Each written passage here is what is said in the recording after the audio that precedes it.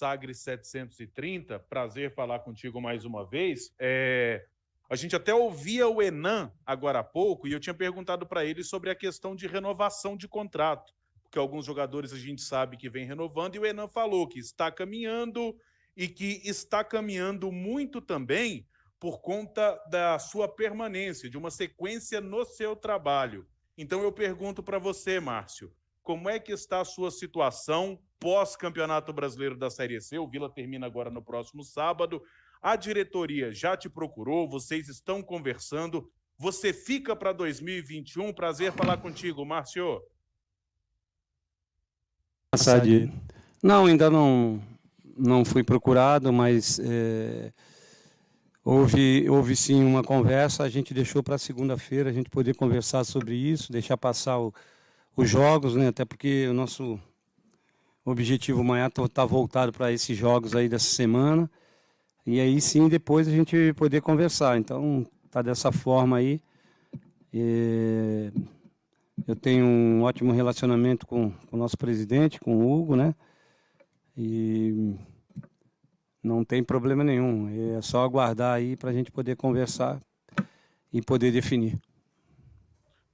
Márcio, em relação justamente a isso que você falou, a questão das duas decisões que o Vila tem pela frente, o Goiânia amanhã e o Remo no próximo sábado, você está aí a um passo, inclusive, de ser colocado como um dos principais treinadores da história do Vila por conquistar 2 títulos nacionais. Conquistou em 2015 e pode conquistar agora em 2020, né? Claro que estamos em 2021. Como é que foi a questão de preparação, conversa com os jogadores? Porque amanhã é um jogo decisivo para o Vila no Goiano e sábado o Vila joga o tricampeonato da Série C. Como é que foi essa semana? Como é que foi esse trabalho, Márcio? E sempre procura jogar bem aberto com nossos jogadores, né? Passar realmente o que acontece. Jogadores confiam no nosso trabalho, na nossa pessoa. Já visto aí o Formiga, né? Que era um jogador que não estava sendo muito utilizado, mas conversei com ele, falei para ele que a gente precisa desse jogador, precisava. No jogo contra o Remo, ele fez uma partida maravilhosa e já despertou o interesse de várias equipes. Por quê? Porque foi lá e mostrou tudo o que ele sabe, que ele pode, né? Então, os nossos jogadores estão cientes disso e quem a gente colocar, são 2 jogos muito desgastantes, 2 jogos que nós temos muita responsabilidade, um aqui pelo Goiano e o outro pelo Brasileiro, e a gente vai precisar da ajuda de todos, da utilização de vários jogadores para que a gente possa conseguir o nosso objetivo nos 2 jogos. Boa tarde, professor Márcio. Eu sou Alexandre, do Jornal Popular. Eu queria saber esse bom momento que vocês estão vivendo pela Série C. O Henan comentou agora há pouco que o time jogou mais leve por causa de já ter conquistado o acesso. Se estar mais leve ajuda também a um jogo decisivo no estadual. Futebol é complicado a gente falar se mais leve ajuda, né? É claro que o jogador tirou um peso com acesso, mas a responsabilidade nossa é grande ainda, né? Porque nós entramos no campeonato para chegar numa final. Chegamos numa final, tivemos, com a graça de Deus, um placar até dilatado para o jogo, né? Porque são 2 equipes muito parelhas. E agora nós temos que dar o nosso melhor para conseguir esse título. Mas antes de iniciarmos esse jogo para o título, nós temos um compromisso aí muito difícil, muito importante contra o Goiânia. E nós temos que também dar o nosso melhor para conseguir esse objetivo, que é a classificação. Pegamos o time num campeonato goiano muito mal, né? Já visto que fizemos um jogo só contra o Craque, e um empate fora de casa contra o Craque não é um mau resultado, pensando no modo geral. Mas dentro da classificação que o clube está hoje, acabou sendo um resultado ruim. A minha outra pergunta é sobre o Thales. O senhor conta com ele para amanhã, para sábado? O senhor pretende usar um pouco mais de titulares amanhã? Esse é um jogador que está imbuído do melhor dentro do nosso plano de trabalho. E se não houver nenhuma novidade até lá, a gente conta com ele.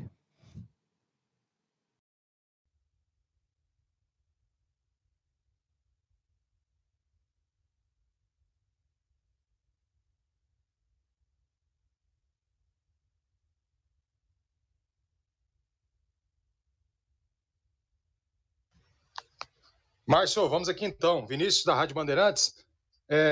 Todos os jogadores do Vila atribuem a sua chegada à evolução do time nessa decisão que foi a fase que definiu as equipes que tiveram acesso e o Vila agora com a mão na taça no título da Série C do Campeonato Brasileiro. E eu vejo a diretoria até tranquila em relação a essa sua permanência. Sempre você é tido como um treinador que tem o acesso, né, acesso fácil da diretoria para uma negociação. Diante disso, quais são os seus planos em relação a dar uma continuidade? Porque chegar com o carro andando no meio, como foi na Série C, é difícil.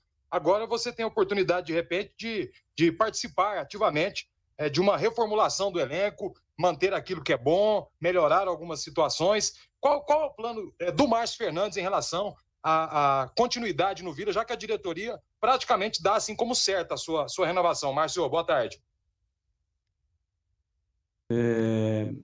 Bom, eu fico feliz de saber que os jogadores atribuem a nossa chegada, né, esse acesso, mas não me iludo com isso. Eu acho que, claro que eu estou fazendo o meu trabalho e tudo, mas toda a honra e toda a glória para Deus, porque se não fosse Ele, eu não teria vindo para cá, e só estou aqui também porque é vontade dEle. E a gente vai fazer o melhor sempre para que o Vila possa conquistar outros campeonatos, outros feitos. Isso a gente vai fazer.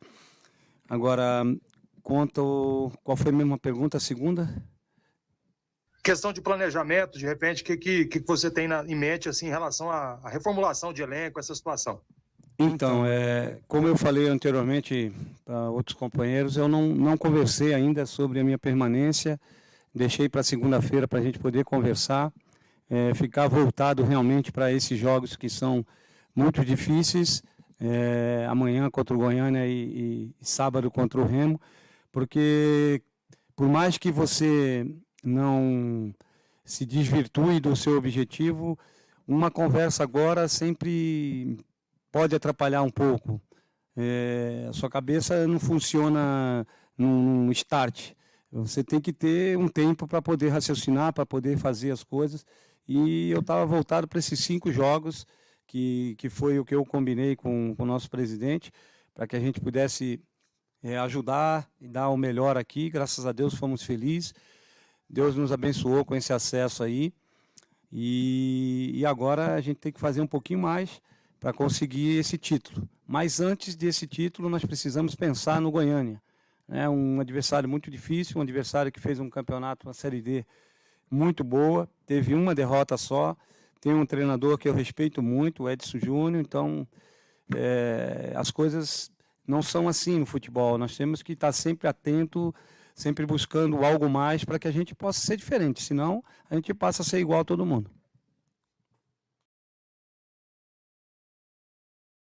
Porque para o Goiânia, o empate ele depende de um monte de resultados. Para ele ter uma situação mais clara de permanência, ele vai ter que vencer o jogo e torcer pelo menos por um empate de Anapolina e Grêmio Anápolis.